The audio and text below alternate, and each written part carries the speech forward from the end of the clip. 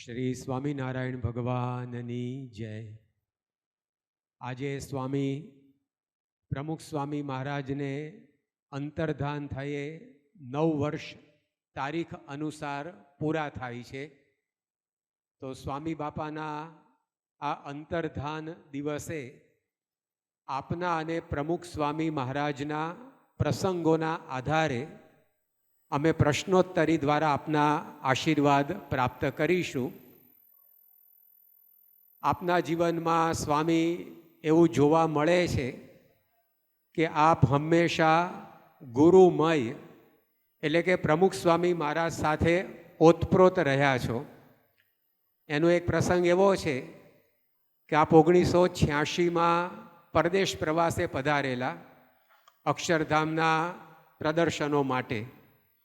તે વખતે આપે એક એરોપ્લેનમાં મુસાફરી દરમિયાન બ્લુ બોક્સ નામના ચશ્મા એની જાહેરાત જોઈ, મેગેઝિનમાં વાંચી અને આંખના માટે એ સારા છે એવું આપની જાણમાં આવ્યું. તો આપે લોસ એન્જલસના હરિભક્ત ભરતભાઈ એને પત્ર લખ્યો કે બ્લુ બ્લોક ચશ્મા $100 આવે છે, તો તમારે તેની વિગત ધરાવતા પેમ્ફલેટ સાથે પરમ પૂજ્ય સ્વામી બાપાને આગ્રહ કરીને આપવાના છે. પરમ પૂજ્ય સ્વામી બાપા ખાસ વાપરે તેમ કહેજો. આ ચશ્માથી આંખનું રક્ષણ થશે. તો આપને કંઈક સારી વસ્તુ જોઈને તરત ગુરુ યાદ આવ્યા કે આ ગુરુના ઉપયોગમાં આવે એવું છે. 1997માં આપ ઓસ્ટ્રેલિયા ન્યૂઝીલેન્ડના પ્રવાસમાં હતા. તો રોજ રાત્રે આપ સૂવા જાઓ ત્યારે સાથેના સંતોને કહેતા કે આજે સ્વામી બાપા ક્યાં હશે અને શું કરતા હશે એની આપણે સ્મૃતિ કરીએ. તો રોજ રાતનો આપણો આ ક્રમ હતો. તો આ પ્રવૃત્તિ કરો છો પણ હંમેશા ગુરુમય થઈને, પ્રમુખ સ્વામીમય થઈને સેવા કરો છો. તો અમારે પણ આવું અખંડ અનુસંધાન એ ગુરુનું રાખવું હોય, આપનું રાખવું હોય તો અમે કેવી રીતે રાખી શકીએ? મહારાજ સ્વામી જે આજ્ઞા કરે છે એમાં દ્રઢપણે રહેવું અને એ બાજુ ઝૂકવું. આજ્ઞા અમે પાળીએ તો અનુસંધાન આપનું રહે. આપ સ્વામી ગુરુમય છો, એની સાથે ગુરુમુખી પણ રહ્યા છો. તારીખ 15 જુલાઈ 2018ના દિવસે આપ સારંગપુરથી અહીંયા આણંદ આવતા હતા. તો રસ્તામાં આપની ગાડી 20 જગ્યાએ રોકાઈ, કારણ કે બધા સત્સંગી ગામ આવે, બધા હરિભક્તો દર્શન કરવા આવતા હોય, તો આપ એમને દર્શન આપવા ઊભા રહેતા. તો સારંગપુરથી આણંદ આવતા આપની ગાડીને 21 જગ્યાએ રોકાવવું પડ્યું. એને લીધે 4 કલાકે આપ અહીંયા પહોંચ્યા. એટલે રાત્રે સંતોએ આપને કહ્યું કે બહુ ટાઈમ ગયો, સારંગપુરથી અહીંયા આવવામાં 4 કલાક લાગ્યા. તો આપે પ્રમુખ સ્વામી મહારાજનો પ્રસંગ બધાને જણાવ્યો. 22 જાન્યુઆરી 1983ના દિવસે બાપા બદલપુરથી આણંદ આવવા નીકળ્યા હતા. તો આપે કહ્યું કે સ્વામી બાપાને તો 1 જ કલાકનો રસ્તો હતો, તો એ સવારે બદલપુરથી નીકળ્યા અને રાત્રે આણંદ પહોંચેલા. આપણે તો કાંઈ મુશ્કેલી નથી, આપણે તો એમના જેવો કાંઈ ભીડો નથી, આમ કહીને આપે વાત ઉડાવી દીધી. તો આપની નજર હંમેશા ગુરુ સામે રહે છે, એટલે આપને કોઈ મુશ્કેલી લાગતી જ નથી. તો અમારે પણ આપની સામે નજર રાખવી, આ સંસારના પ્રશ્નોથી છૂટવું હોય તો આપની સામે કેવી રીતે અમે નજર રાખી શકીએ? બસ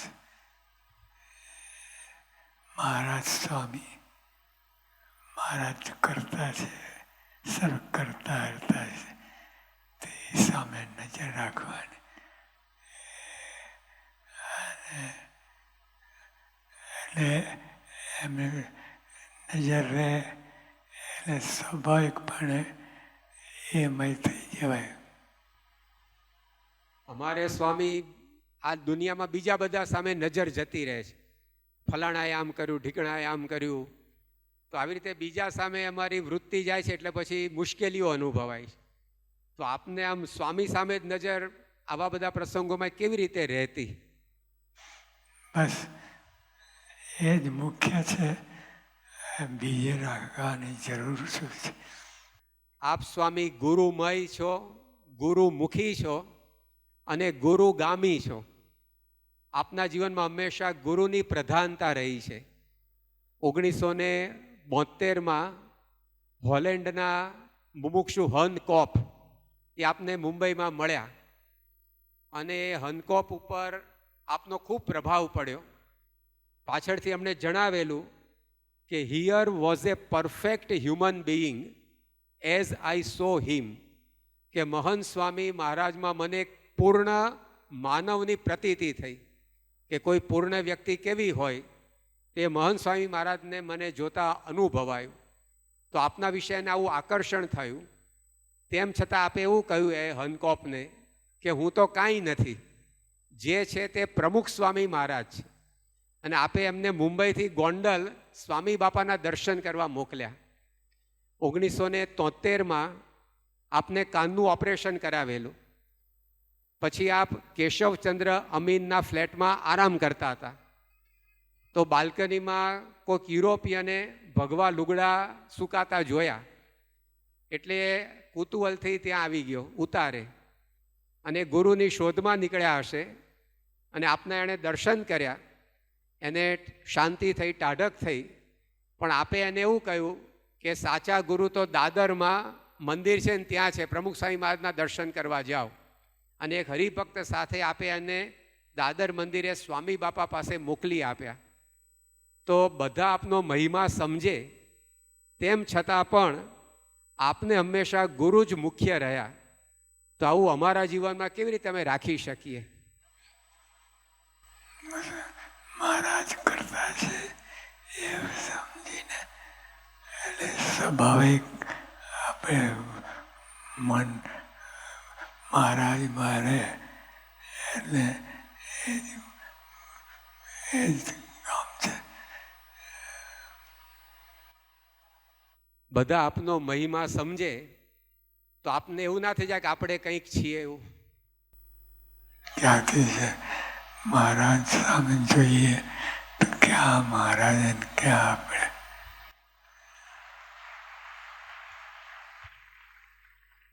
આપ સ્વામી ગુરુમય છો, ત્યારબાદ ગુરુમુખી છો, ગુરુગામી અને ગુરુનિષ્ઠ રહ્યા છો. 1975ના એક લેખમાં આપ એવું લખ્યું છે કે આપણે તો જ્યાં સત્પુરુષની કે સંતની વાત આવે તે પ્રમુખ સ્વામીને જ સમજવા. પ્રમુખ સ્વામી મારા ગુરુ છે, જેના રૂવાડા બરાબર કોઈ હોય એવો મને અનુભવ નથી.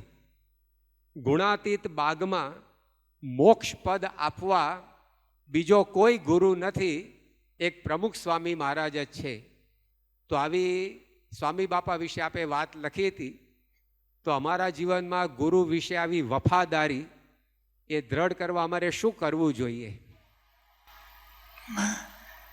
આપણે એક મહારાજને કરતા સમજીએ તો બધું આવી ગયું. એટલે મહારાજમય વૃત્તિ રહે. મહારાજમય એટલે સ્વામી પ્રમુખ સ્વામી મહારાજનો વૃત્તિ રહે. આપ સ્વામી યોગી બાપાની સાથે 20 વર્ષ રહ્યા, 1951થી 1971. ત્યારબાદ પ્રમુખ સ્વામી મહારાજ સાથે આપ રહ્યા. તો યોગી બાપાની અને પ્રમુખ સ્વામી મહારાજની બાહ્ય પ્રકૃતિ જુદી જણાય. તેમ છતાંય આપને બંને ગુરુઓ વિશે એક સરખો ભાવ રહ્યો અને બંનેની સરખી સેવા કરી. તો આવું કેવી રીતે થઈ શક્યું? બસ તાત્વિક રીતે જાણીએ તો બધા એક જ છે. સૈદ્ધાંતિક રીતે બધા એક જ છે. એટલે બાપા સૈદ્ધાંતિક રીતે પ્રમુખ સ્વામી મહારાજ પણ આપ જ છો, એવું થયું ને?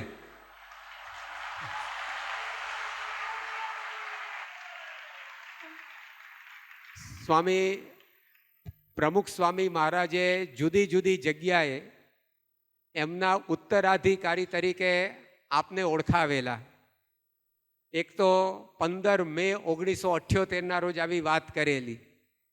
ત્યાર પછી અહીંયા વિદ્યાનગરમાં 5મી ફેબ્રુઆરી 1999ના દિવસે આપને એમના વારસદાર તરીકે ઓળખાવેલા.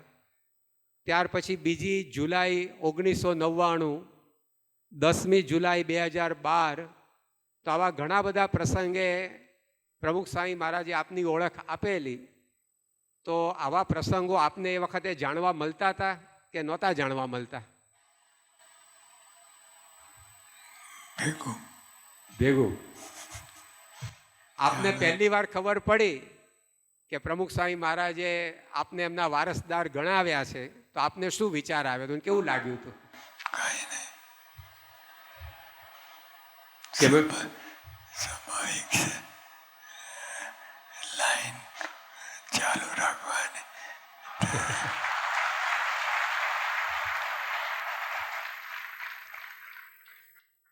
પ્રમુખ સ્વામી મહારાજનો બાપા અમૃત મહોત્સવ ઉજવવાનો હતો. તો એ વખતે આપને કહેલું કે પ્રમુખ સ્વામી મહારાજના 5-7 પ્રસંગો આપ લખીને આપજો, એટલે જેવા મેં નિરખ્યા એ સિરીઝ ચાલતી હતી એમાં મૂકી શકાય. એક લેખ લખવાનો કહેલો. તો આપને એક લેખ લખવાનું બાપા વિશે કહ્યું, પણ આપ લખવા બેઠા તેવી કલમ ચાલી કે 101 પાનાનું એક પુસ્તક આપે લખી દીધું. તો પ્રમુખ સ્વામી મહારાજ વિશે જ્યારે લખવાનું આવ્યું ત્યારે આટલો બધો ઉભરો કેમ આવી ગયો આપને? કેમ ના આવે? ગુરુ ક્યાં મળે એટલે ઉભરો આવે. આપ પ્રમુખ સ્વામી મહારાજ સાથે 66 વર્ષ રહ્યા, 66 યર્સ. ગુરુપદે પ્રમુખ સ્વામી મહારાજે પહેલાં પણ 1951થી આપને પરિચય થયો. તો 66 વર્ષ સ્વામી બાપાની સાથે આપ રહ્યા, તેવી કઈ બાબતો સ્વામી બાપાની આપના હૃદયને સ્પર્શી ગઈ હોય? આમ તો નિર્માનીપણું એ એમના માલિકીનો ગુણ છે, સ્પષ્ટ દેખાય. અનેક પ્રસંગો રહ્યા છે કે જે નિર્માનીપણું દેખાય આવે. 2010ના વર્ષમાં પ્રમુખ સ્વામી મહારાજ દિલ્હીમાં હતા બાપા, અને સ્વામી બાપા રાત્રે ભોજન લઈ રહેલા. આપ પણ સામે દર્શન માટે બેઠા હતા. છેલ્લે પ્રમુખ સ્વામી મહારાજને જમ્યા પછી ગોળી લેવાની આવી, દવા રૂપે ગોળી. પણ સ્વામી બાપાને હંમેશા ગોળી ગળવામાં તકલીફ અનુભવાતી. તો સામે આપ બેઠા હતા એટલે સ્વામી બાપાએ પૂછ્યું કે મને ગોળી ગળવામાં તકલીફ પડે છે, મહંત સ્વામી મહારાજને કેમનું રહે છે? તો આપે કહ્યું કે હું તો જમણી બાજુની દાઢથી ચાવતો હોઉં તો ડાબી બાજુથી ગોળી નીચે ઉતરી જાય ગળામાં. આવી વાત આપે કરી તો સ્વામી બાપા એવું બોલ્યા કે તો મહંત સ્વામીને 100 વર્ષ સુધી વાંધો નહીં આવે.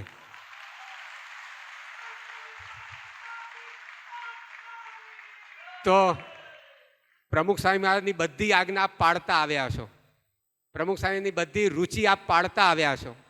તો આ રુચિ પણ, આ અનુવૃત્તિ પણ આપે પાળવી પડશે, બરાબર ને? સ્વામી બાપા એવું બોલ્યા કે 100 વર્ષ સુધી વાંધો નહીં આવે, તો આપે એમનું વચન રાખવું પડશે. હા કે ના બાપા? હા.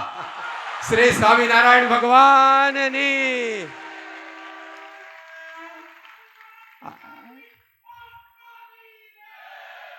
આજે સ્વામી બાપાના અંતર્ધાન દિને પરમ પૂજ્ય સ્વામીશ્રી આપણને એમના અને પ્રમુખ સ્વામી મહારાજના સંબંધ વિશે ખૂબ જ સુંદર માર્ગદર્શન આશીર્વાદ રૂપે આપ્યું છે. આપણે બાપાના ખૂબ ખૂબ આભારી છીએ. અને મહંત સ્વામી મહારાજ આપણી સામે છે એટલે આપણને પ્રમુખ સ્વામી મહારાજ જેવો જ અનુભવ આજે એમના સાનિધ્યમાં થઈ રહ્યો છે. અક્ષર પુરુષોત્તમ મહારાજને આપણે પ્રાર્થના કરીએ કે સ્વામીશ્રીનું આ સાનિધ્ય આપણને દીર્ઘકાળ સુધી મળતું રહે. શ્રી સ્વામિનારાયણ ભગવાનની જય.